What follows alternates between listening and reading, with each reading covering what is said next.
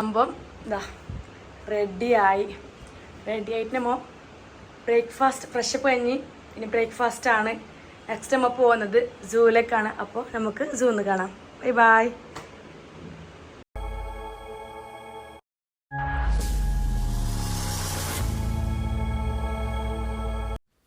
വേഗം ഫ്രഷപ്പായിട്ട് വരണം എന്ന് പറഞ്ഞ സ്റ്റുഡൻസിനെ ഞാൻ 1 മണിക്കൂർ വരെ വെയിറ്റ് ആക്കി. നമ്മളൊരു 8 മണിയാകുമ്പോൾ ഫുഡ് കഴിക്കാമെന്ന് പറഞ്ഞതാണ്. പക്ഷെ 9 മണിയായിട്ടും പിള്ളേർ വന്നിട്ടില്ല. അങ്ങനെ കൂടുതൽ വീഡിയോസ് എടുക്കാൻ പറ്റുമെന്ന് അറിയില്ല. ഞങ്ങളങ്ങനെ സൂവിലെത്തി ഫുഡ് കഴിക്കുന്ന വീഡിയോ നമുക്ക് എടുക്കാൻ പറ്റിയിട്ട.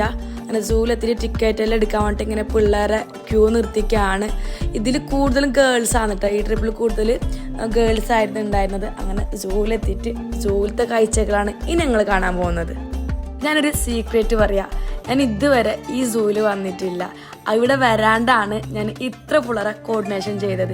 ഈ കരടിനും സിംഹത്തിനും ഹിപ്പോപ്പൊട്ടാമസിനെല്ലാം ഞാൻ ആദ്യമായിട്ട് ഡയറക്റ്റ് കാണുന്നത്.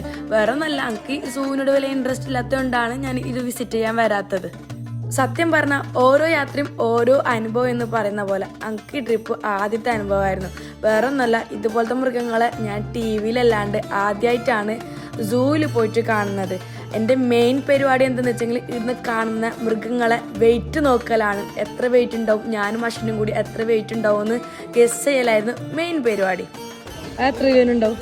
എന്തായാലും 200 കിലോ, 2 കിൻഡൽ ഉണ്ടാവും. 2 കിൻഡൽ കൊണ്ടുപോവാ. അറക്ക നല്ല മുളക്, പിന്നെ മല്ലി, ഇഞ്ചി, വെളുത്തുള്ളിലിട്ട് നല്ല ആക്കിയിട്ട് എൻജോയ്. നമ്മൾ 2 കോർഡിനേറ്ററും ഈ മൃഗങ്ങളെ പറ്റിയിട്ട് അതിന് ഫുഡാക്കുക, അതിന് കഴിക്കാമെന്ന ചർച്ചയിലായിരുന്നു. മെയിൻ മാനാട്ടാ, മാനെ പറ്റിയിട്ടുള്ള ഡിഷായിരുന്നു നമ്മുടെ മെയിൻ ചർച്ച.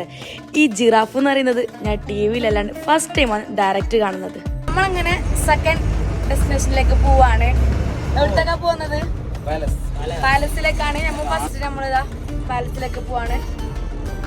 പാലസിൽ പോയി നേരെ ഫുഡ് അടിക്കും. നെക്സ്റ്റ് വിശേഷം കാണാം. ഓക്കെ, കാണാം.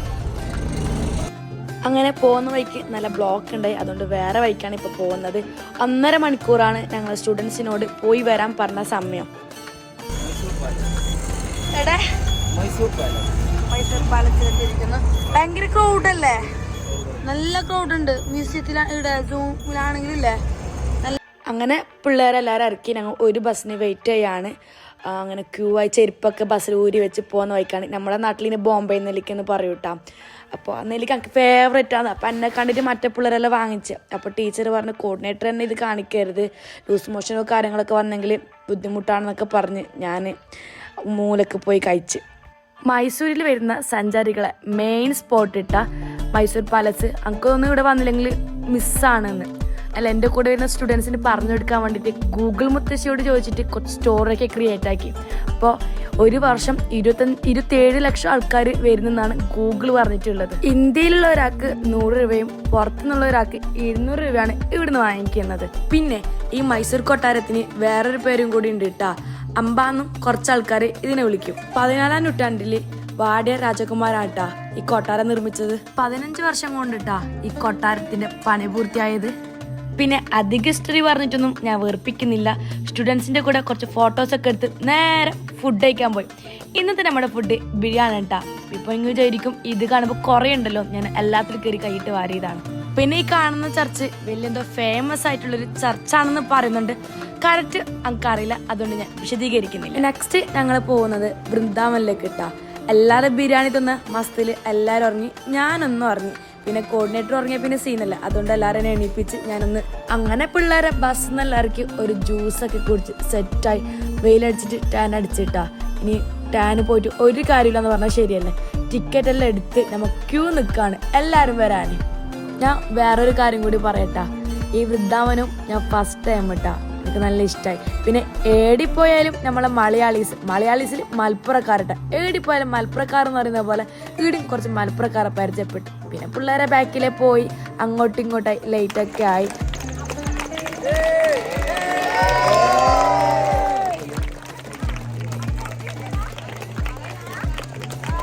പിള്ളേരെ കൂടെ കുറെ റീൽസും ഡാൻസ് എല്ലാം പ്ലാൻ ആക്കിയിട്ട് ഒന്നും നടത്തിയിട്ടാ. അവിടുന്ന് വരുമ്പോൾ തന്നെ ലൈറ്റ് എല്ലാം പോയി ഒന്നിനും കഴിഞ്ഞിട്ടാ. അങ്ങനെ ലൈറ്റായി പിള്ളേരെ സ്റ്റാമിനെല്ലാം കുറഞ്ഞ് പിള്ളേരെല്ലാവരും കിടക്കുന്നുണ്ട്. അപ്പോഴൊരു DJ ഒരു പാട്ടിട്ട് കൊടുത്ത് പിന്നെ പിള്ളെല്ലാം ഓണായി. ഞാൻ ഓണാക്കി കുറച്ച് കഴിയുമ്പോൾ ഞാനൊന്ന് ഓഫാകുമ്പോൾ മുന്നിൽ വന്നിട്ടിരുന്നു.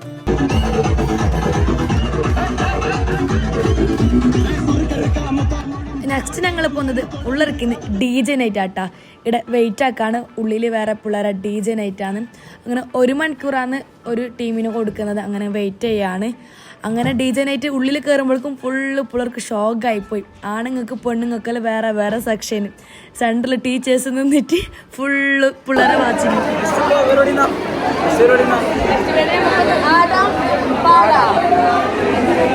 ഒരു ഹാളിൽ 4 സൈഡ് കയറി ഇട്ടിട്ട് 4 സ്ക്വയർ ആക്കിയിട്ട് ഗേൾസിനും ബോയ്സിനും ഡിവൈഡ് ആക്കിയിട്ടാട്ടാ ഇവർ പ്ലാൻ ചെയ്തിട്ടുള്ളത്.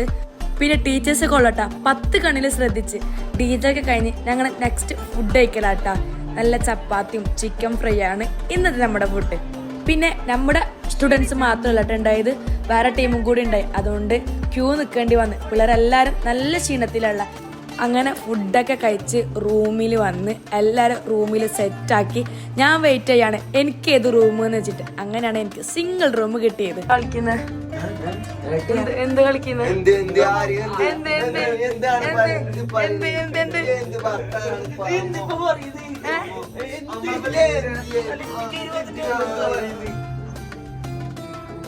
എന്തോ കളക്കളിയുണ്ട്.